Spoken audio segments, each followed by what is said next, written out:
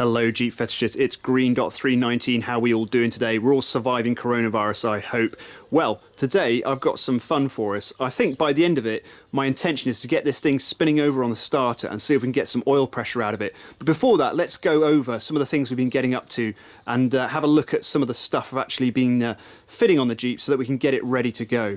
So what have I been wasting my time on while I should be tending to my heavily pregnant wife? Well, I have been working on all sorts of things. I've been doing some touch-up to this. You can see these bolts on the floor now, they're all painted up and everything. You can see that was where it was really sort of wavy and damaged there. This is all filled in now. Didn't completely fill it all in, left a little bit of character in there, so it's not completely perfect, which is not what we wanted to be with it. The other thing was, when I touched it up the other day, it was about 40 degrees body temperature on the Jeep, 40 degrees centigrade. My paint mix wasn't right for that. I did it for a paint mix for when it's quite cold. So what we have here is, you can see, like, where it was wet and it hit the Jeep, it's quite shiny, but over here it's turned into dust where it wasn't wet. So the paint mixture was too much thinners. So when it comes to it in the end and we do the final coat over and everything gets another spray, we'll flat it all down with wet and dry and respray it properly, so you won't notice any of this. So all this dustiness is gonna, oh, it's not coming off on my fingers, but that's all gonna go, so it won't look like this. My daughter also had a meal in it the other day, so she's covered it in oily print, so it's all gonna look different when it's finally painted over. So that's what we're going with. But we got some bits done. We've this bit here covered over, filled this area here. Joe's Motorpool rear handle here. I've got one Joe's Motorpool handle. These are brand new, these body handles. Not bad at all, actually. Joe's Motorpool bumperette. So you can see a bit of a common theme here. I have one of each of these. This is their brand new bumperettes. Pretty good. Not identical to the original bumperette, but then bumperettes get beaten up. It's a bit shallower, this one. This is a bit further out. Could just be because this has been mashed in over time or something like that. You know, this could be closer to what they're supposed to be like before they get mashed in. I don't know. So but this is pretty damn good. It's not bad at all, so pleased with that. I've got my original handle on this side. Yeah, more bits ready for spraying and everything like that. You saw you got the engine in there. That was a real mammoth task. That was great. Fuel pumps in there. Think it's mostly working. We're gonna have to see when we're turning it over if it's actually properly working. Works on the primer handle, but when I spin it over, it doesn't gush out. Hadn't got the fuel system properly set up with it, so not sure if it's an issue or not. But I did buy a Joe's Motorpool modern replacement as well, just in case. So we've got that ready to us, and we put on some of the cool bits like the fan, the oil filter's ready to go and get its decals on, fuel filter's ready to get filled up and all sorted out. So there's a couple of things we've been working on here. Starter motor as well. Rebuilt this starter motor. It looks great. Not sure if it's got a 12 volt or a 6 volt body in it. Okay, so they've got different windings in them, if it's a 12 volt or a 6 volt, and if you run a 12 volt with 6 volt, it turns over very slowly. So we'll have to see about that. Hopefully it's a 6 volt. There were some things on it which make me concerned that it may not be, but we'll see. I don't know why, but when I put these prop shafts on as well, it really sort of started to set the Jeep off and made me think that we're actually getting somewhere with this, which is pretty cool. You can see I've touched up, sprayed it once I fitted it, just like it would be in the factory again. So there's no sign that, you know, where you've got at it with a wrench and it's knocked some of the paint off. So it's sort of factory perfect at the moment. But this is quite interesting here. This differential was set up with the minimum book backlash, right? So this is minimum backlash. So you can see that on a brand new diff, in a brand new transfer case, and when I say brand new, I mean rebuilt with, you know, old stock parts and everything like that. That is minimum backlash, right? And then this is the rear prop shaft all set up as well, and this was set up with maximum backlash, okay? So this is max backlash. So you can see the movement difference you get there, you know, the tiny little movement in the differential at the rear there, how much movement it translates to in the prop shaft. So that's factory top spec, and the other one was factory bottom spec.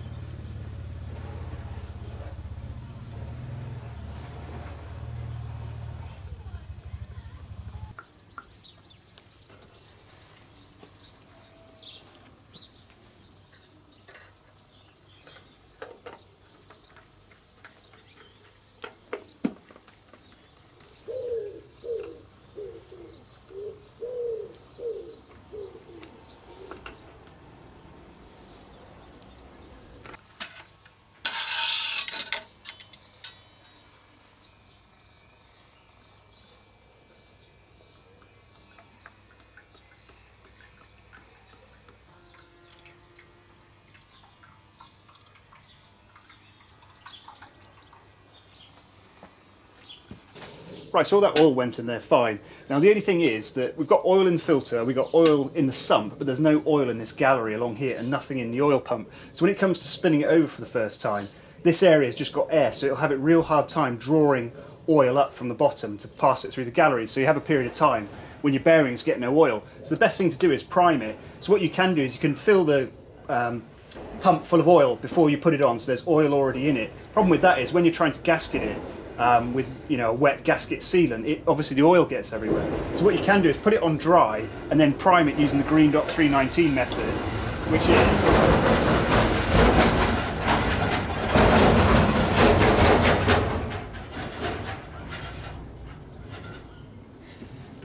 take your oil can, take your top hose outlet there, which goes into the oil filter, make sure this one is undone as well, which goes to the oil gauge, and then fill it up with oil. Through here the oil will go down into the gallery, into the oil pump, and it should come out here, and if it does, that means we've primed the whole system with oil. So as soon as you start spinning it over, there's going to be oil in it ready to go.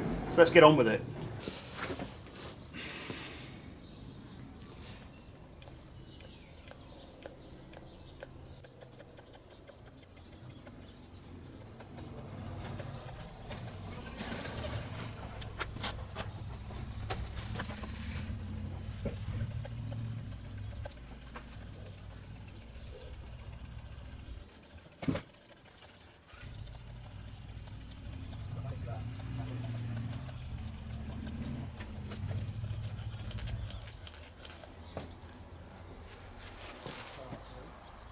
Okay, we've got our 6-volt battery all connected up. It's going grounding through the Jeep, going out to the starter motor there.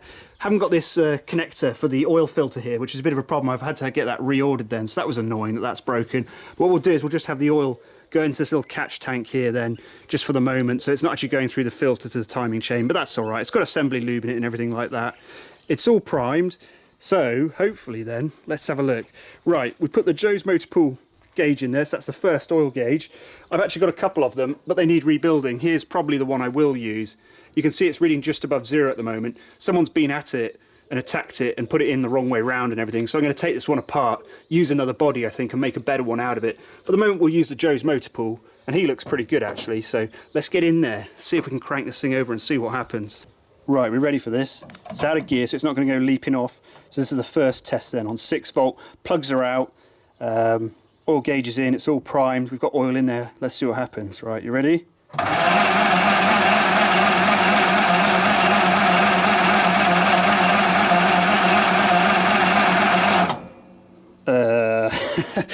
Right, that's not ideal. Yeah, it should be raring to go actually. Oh. Ah, okay, right. So it's not leaked everywhere, but it is coming out of the filter, which means that it is pumping oil through, but it's just not showing on the gauge yet. Oh, hold on a second. Wait a second. You only get oil. Oh God! You only get oil pressure when you have a restriction. Okay, restriction is in the bearings, and in the fuel filter there's a restriction as well, a little orifice which is metered to provide a certain amount of restriction. If there's no restriction to the oil flow, it'll pump, but there'll be no oil pressure. Right. Okay. Jesus. Okay. So it is pumping. That's great. So the oil pump is working, but because it's got no restriction here, the oil's just coming all straight out of here. So what can we do? I think if I can hold my finger over the end, I should be able to put a restriction there, which will build up oil pressure inside it, and we should see it on the gauge. So I'll put my finger on it and we'll see what happens. We'll see if we get some oil pressure. Right, take two. Right then, take two then. I've got my finger over the oil filter outlet, so hopefully we should build some pressure now, because it was pumping, so it should be all right. So shout when you see some oil pressure. So it's also turning over all right on 6 volts. So the 12 volt doesn't seem like it's got a 12 volt innards, but it's got no plugs in, so it's got no difficulty to turn it over. So we'll put the plugs in a sec and see how it goes. Right, shout when you see some oil pressure.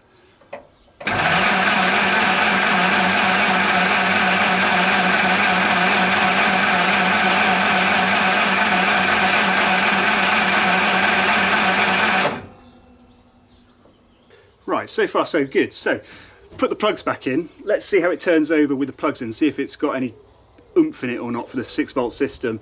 So I'll put my finger back over the oil filter outlet, try and build some pressure, and we'll see if it can manage it or not. So, right, thumbs over.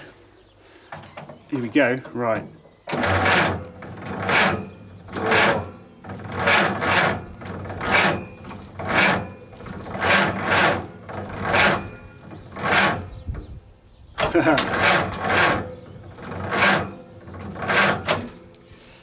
Yeah, it's finding that difficult, isn't it?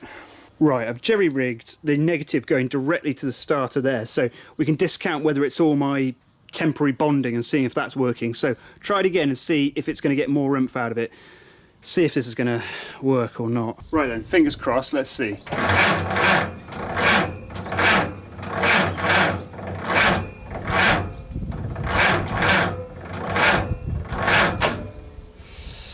Yeah, right, Well, so it's not the negative bonding, so that's fine. So that is the speed that it can turn it over with the plugs in, with all that resistance of this new engine. So, does that mean, you know, the GPW was obviously a lot better than that on 6 volt. This is all newly rebuilt. It's got a new armature in it. It's got a new backing plate, all new brushes in it and things like that. Brushes won't be seated in yet, but it should still not affect it too much. Is it just because that motor is so tight? You know, when I was turning it over by hand, it was very difficult. It was able to turn it over okay without the plugs in, but should it be going faster than that? Interesting questions. I'm not sure. I think the only way we can find is to get, well, you know, with my knowledge of it, the only thing I can think of at the moment is to get hold of a 6 volt body, a known 6 volt body, put that on there, and then we can see whether it's something I've got to sort out with this starter or not. So, yeah, I've got to find a 6 volt body now. Let's cheer ourselves up with some rapid visual progress. This is my original True Temper, original paint True Temper shovel, right.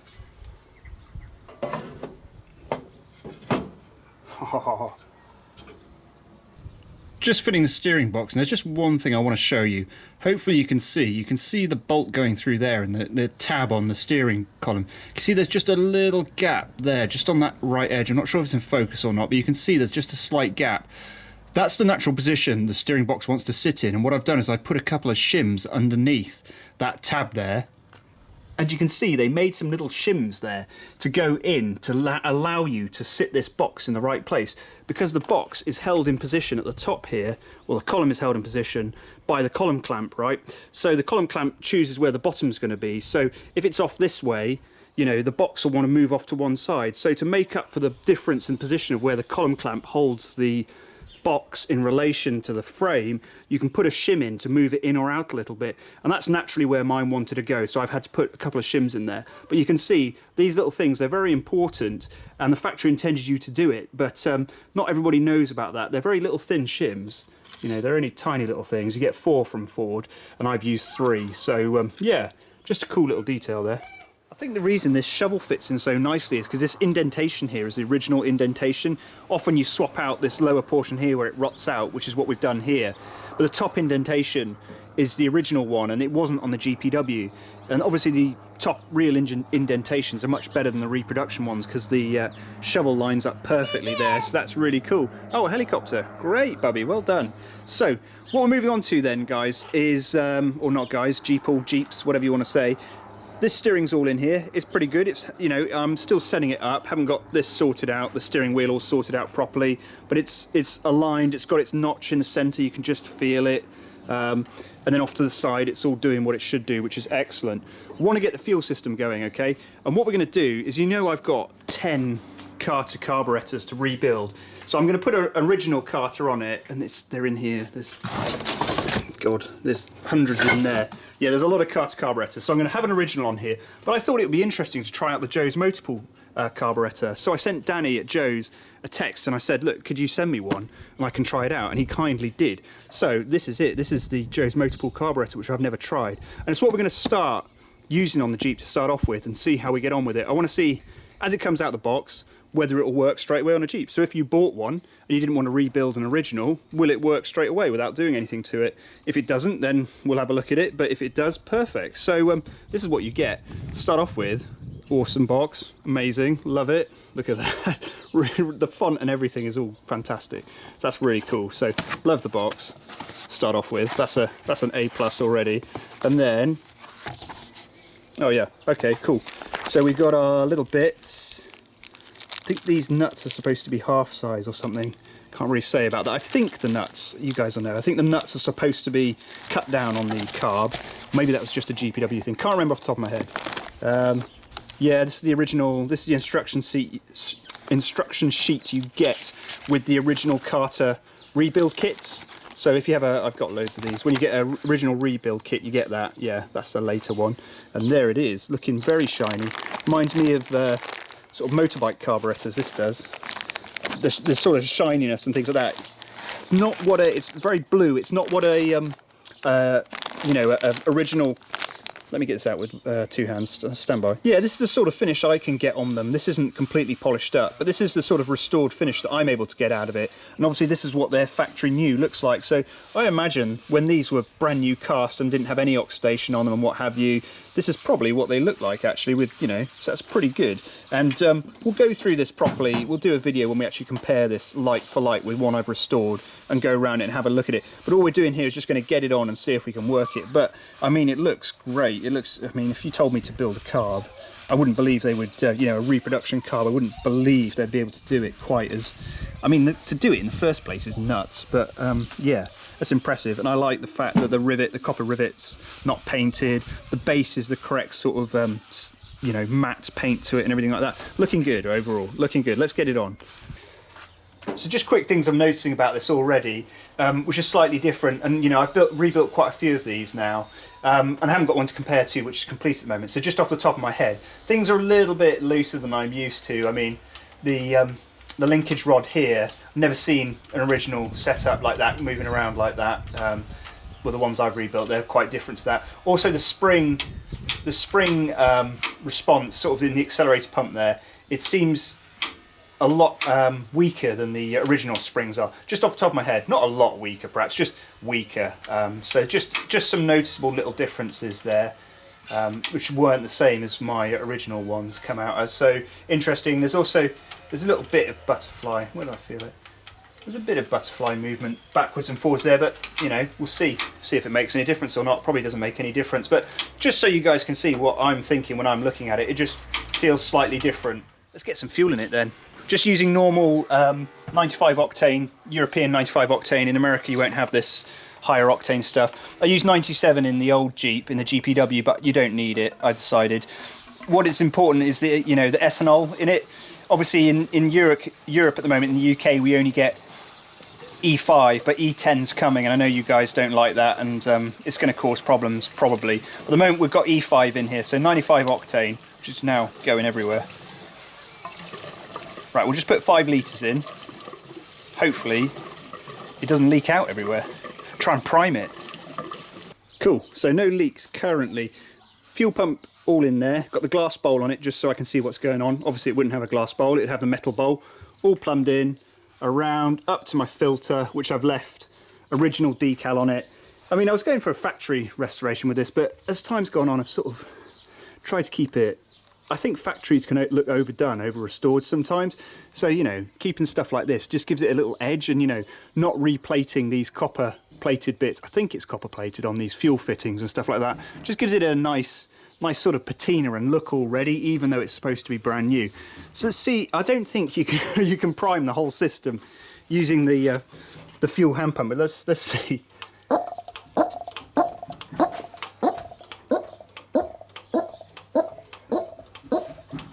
I mean, ooh, it's making a different noise. I can hear something towards the fuel tank. It sounds different, doesn't it? It's making a fuely noise. Oh. Hey! Oh my god! Sorry, I'm laughing just because I managed to prime the whole system straight from the fuel tank to a dry fuel filter all the way through. Oh man, that's mad.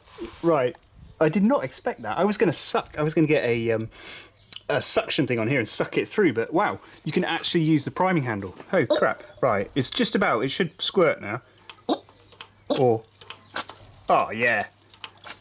Right, enough of that. It's petrol. I forgot. It's not kerosene or anything like that. Awesome. Hey, that went really well. Bloody hell. Awesome. Yeah. Yeah, fuel pump's working. Connected up this line up to the carb, so let's pump away. Let's fill this carb with fuel for the first time and see if we can spray a bit into the manifold then. So here we go, listen out. Oh, yeah, that's not good. These are Joe's Motorpool lines, Joe's Motorpool Union. It was tightened up pretty hard, that. Right, let's have another play with it. Right, this is as tightened up as hard as I'd like it to. It's not under any stress or anything like that. I made sure that I align the unions to the line so they're not pulling it in any weird way or anything like that. So this is as hard as I can tighten it, so let's have a look. Yeah, that's still leaking right out of here, which means it's not clamping properly. So possibly the form of this looks different to the other ones. It's kind of like a cast one, this one. Doesn't like the line by the looks of it. That is not helpful. Right, let's get that off and have a look. Here are these two unions. This one here is the one which comes with a carb, which must be made perhaps by the people who make the carb. And then this is another Joe's Motorpool one, probably from a different manufacturer then. So we'll try this one out and see if that seals properly against the face there. Right, the next union's on there then.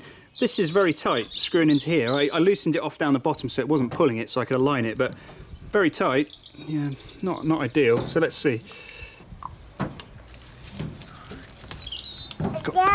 Pump it back up. Right, it's starting to go. That looks better, doesn't it? Right. That feels like the bowl is full and it hasn't spurted out here. So okay, it's just taking these on and off. You've got to take them on and off a couple of times, especially with swapping carbs over. And I hate doing it because you have to, I've never had luck with these up here for some reason. There's always the worst fuel fitting. It's really weird, but doesn't appear to be leaking, and we've got fuel in the bowl, so let's give it a pump and see what happens with the accelerator.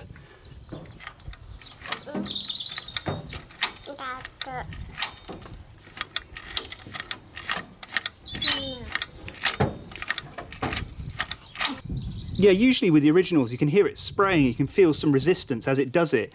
So I've taken a horn off here, so let's have a look if it is actually spraying rather than just saying it's not. So, oh yeah, where exactly? Yeah, it's spraying, it's doing a little spurt. Doesn't seem to be as much as I recall. There was definitely more resistance on an original, and it gave a longer spurt than that, I think. It's be interesting to see how this runs. I'm really going to be interested to see how this compares to one that I do, and we can really look at this. But at the moment, yeah, the accelerator pump there is working. It is pumping. It feels a bit different to what I'm used to. Doesn't seem to be quite as long. Usually you get a bit of resistance and it would go whoosh, and it would do it for quite a long period of time. But that's just sort of a quick, dash sort of thing. But probably all fine still. So yeah, great, good work. Another day in Jeep Town. Okay, radiator's fitted. Okay, I've put these clamps on as loose as I can at the moment. Well, as loose as I think is acceptable currently. It'll probably leak a little bit because the radiator will have to be moved and come off probably at some point. So I don't want to screw these clamps in really, really tight and damage them because it's going to have to come apart again. So it may leak when we first started off. Now, interestingly, I was talking about this accelerator pump and I felt it looked a little bit different and things like that. Turns out I don't make stuff up all the time. I have a certain idea of what's going on. And I think my ideas were correct. My thoughts on it were correct because watch this. There's an equalization port. Where is he? There. Okay. So if we do the accelerator pump, watch. See that fuel pouring out there? Yeah, that's it ain't supposed to do that. We're getting where we need to be, Jeeps. I've got water in here. It won't have all burped out or anything like that yet. One of the things I found out is I thought I had a spare cap, and I don't have a cap. We're not going to be driving the Jeep or anything like that. We're not going to be getting it too hot or anything, so it should be fine. So I'll just put something over there at the moment to keep it in. Coronavirus means I can't get hold of some of the stuff. One of the things I haven't got sorted yet is the generator, because I haven't got the paint I need for it. If you haven't got the generator, then the pulley won't work, because the pulley goes round the generator to drive the water pump, and I can't get hold of a pulley at the moment. So let's do the old trick of pantyhose. Let's see if this works. I mean, it's fine to run it for what we're going to be doing to starting it. It's going to be fine to run it without the pump going at the moment because I'm not going to get it up to temperature or anything like that. I'm just checking to see if it works. But maybe this will work. Let's give it a shot, see what happens. Right, we're entering serious Bubba territory here. I think this is going to be tight enough. Should we see if this works? Let's turn it over. Do you reckon Bubba's girlfriend wore tights? I don't know. It seems unlikely, doesn't it? I mean, it's turning. It's got a bit of flex to it, but it's turning. What do you reckon? I think we can cut that off and make it say it's good, hey? It's only for testing purposes. It's not for anything exciting. You know, I'm not going to go driving with it like this, but yeah, we've got to do what we've got to do, haven't we? Just like Bubba did. Sweet. Right, we Bubbarise that. Right, Bubba's pantyhose. I think it's gonna. I think it's gonna work. I'm hoping it's gonna work. Right. The next thing then is we're setting up the ignition. So the oil pump is all timed. We're at number 1 at ignition. So in the window, I'm not going to be able to show you guys, but in the window here, we've got the ignition marks up here. We're going to set it up as you would in the factory. Okay. You can see the rotor is at 530-ish. The oiler is sort of up here, and this is in line with where the coil will be. So this is hopefully, and what the important thing is, you can just see if I turn it, the breaker points are just opening. Okay, you can just see them just opening there. So there you go, they're just opening. So that's where we're going to leave it. Okay, that's what the manual says to do. So we're putting it in the manual factory start position. Just swap my rotor over to the original auto light. I like these are cool with the markings on it, and the cap as well. It's got your Autolite cap, which is awesome. I don't think anyone makes a repro Autolite cap because of licensing problems. So to get hold of a real brown one is pretty cool. So they make a big difference. When you see it, you know, in the engine, it looks cool with the Autolite on it. Dump that on there. Plug-wise, we're going to start off with the J8Cs, the Champion J8Cs, which are what I used on the last Jeep. They're great modern plugs. But I'm going to swap over, I think, to these PowerTip AT42s, which are an older Autolite plug, right?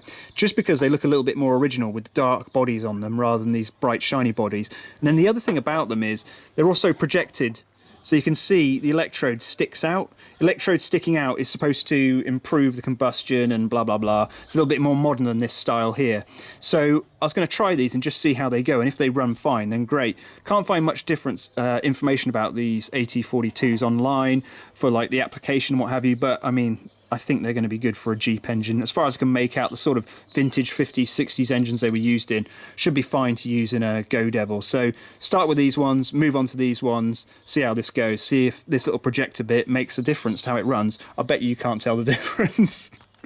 Right, Jeep peeps, well, I think we're in as close a position as we're ever going to be to start this. Got a temporary ignition system set up there, we've got a coil on. Not sure entirely about how the Type 1 suppression works here with the details there, so we've got to sort that out. This wire is too long as well, it needs sorting out. But it's looking pretty spanky, I think you'll agree. Got a battery all ready to go, nothing's leaking out. Water, we'll see how we get on with the water, but let's have a final look at it. It's looking smart. Very smart. Yeah, very nice. Keen to see how we're going to get on with this then. Is it going to run, is it not going to run? Awesome. Right, well that's it then. Hope you all enjoyed that. Next time we're going to look at starting this thing and see if I've wasted a whole load of money or not, or whether this is actually going to be good. Well, see you next time. Cheers.